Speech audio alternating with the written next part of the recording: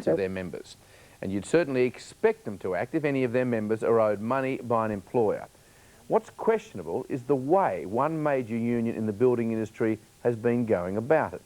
As Scott Bevan reports, it's now accused of bully boy tactics that have left one subcontractor facing threats that he'll be driven out of business and even fearing for his own safety. Harry Chikalis has been in the demolition and recycling game for the past 15 years. But Harry says it's his confidence that's been demolished lately due to his dealings with this organiser on the left of your screen from the Construction, Forestry, Mining and Energy Union. The core of the dispute is about Harry owing money to former workers. It was just a terrifying experience, the way that he just went on about things. By law, we can't broadcast the official's voice, but this is a reconstruction of parts of the conversation as heard by Harry. You won't be working on any jobs in Sydney or any other state. You won't be working anywhere. I've worked for 15 years and now it's all going to go. I'll lose everything now. In this sequence, the official is talking on a phone, allegedly about Harry, while still in Harry's Sydney office. We're going to have to hammer him this week. No point doing a runner, right? Because you'll get found. No worries. Harry says the official's warning didn't end there. He's saying also that it doesn't matter if I change house addresses 5 times and if I change cars 3 times. It doesn't matter what I'll do, they'll find me. And So you felt personally threatened? Oh, definitely, yes, definitely. I'm terrified. I don't know what to do. Harry admits he's been involved in 2 failed businesses in the past, and in this case he does owe money. The union says 3 former workers are due about $17,000. Harry counters it's 2 employees and the amount is between $3,000 and $4,000.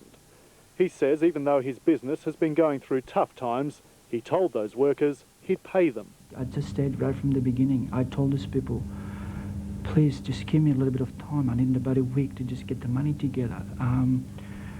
I never thought that I'd just be in this situation ever for just a few $1,000s. Harry met the official who told him to have $17,000 ready by the Friday and allegedly said, I'm a pussycat, but the other blokes, they'll come and f***ing tear the heart out of you.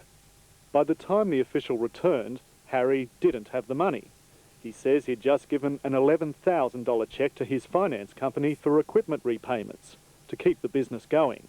And that, according to Harry, infuriated the CFMEU rep. Now he's saying that they're going to slap me with these orders and my yard will shut down. All my equipment will be repossessed.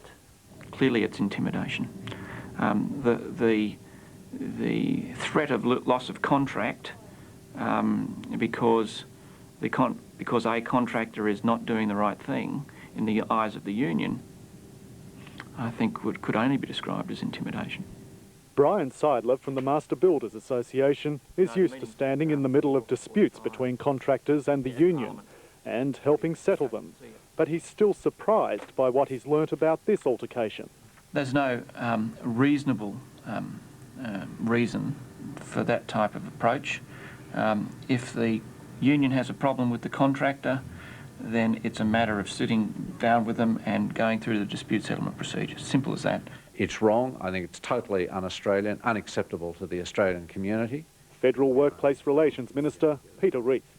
Many employers are just intimidated, they are frightened, they are concerned that if they speak out, if they talk to the media, then they will get a ban slapped on their business. The Minister and others working in the building industry believe intimidation is still part of its culture. But it's an element of the culture, they say, that's gagging, even suffocating building projects and jobs.